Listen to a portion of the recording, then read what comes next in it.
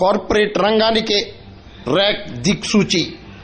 జాతీయ భద్రతా దినోత్సవ వేడుకల్లో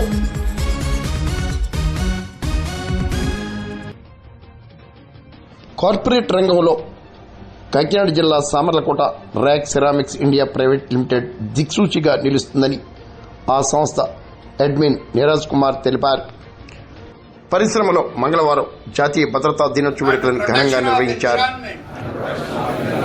Will do my best to observe rules, regulations, procedures, and develop attitudes and habits conducive for achieving these objectives.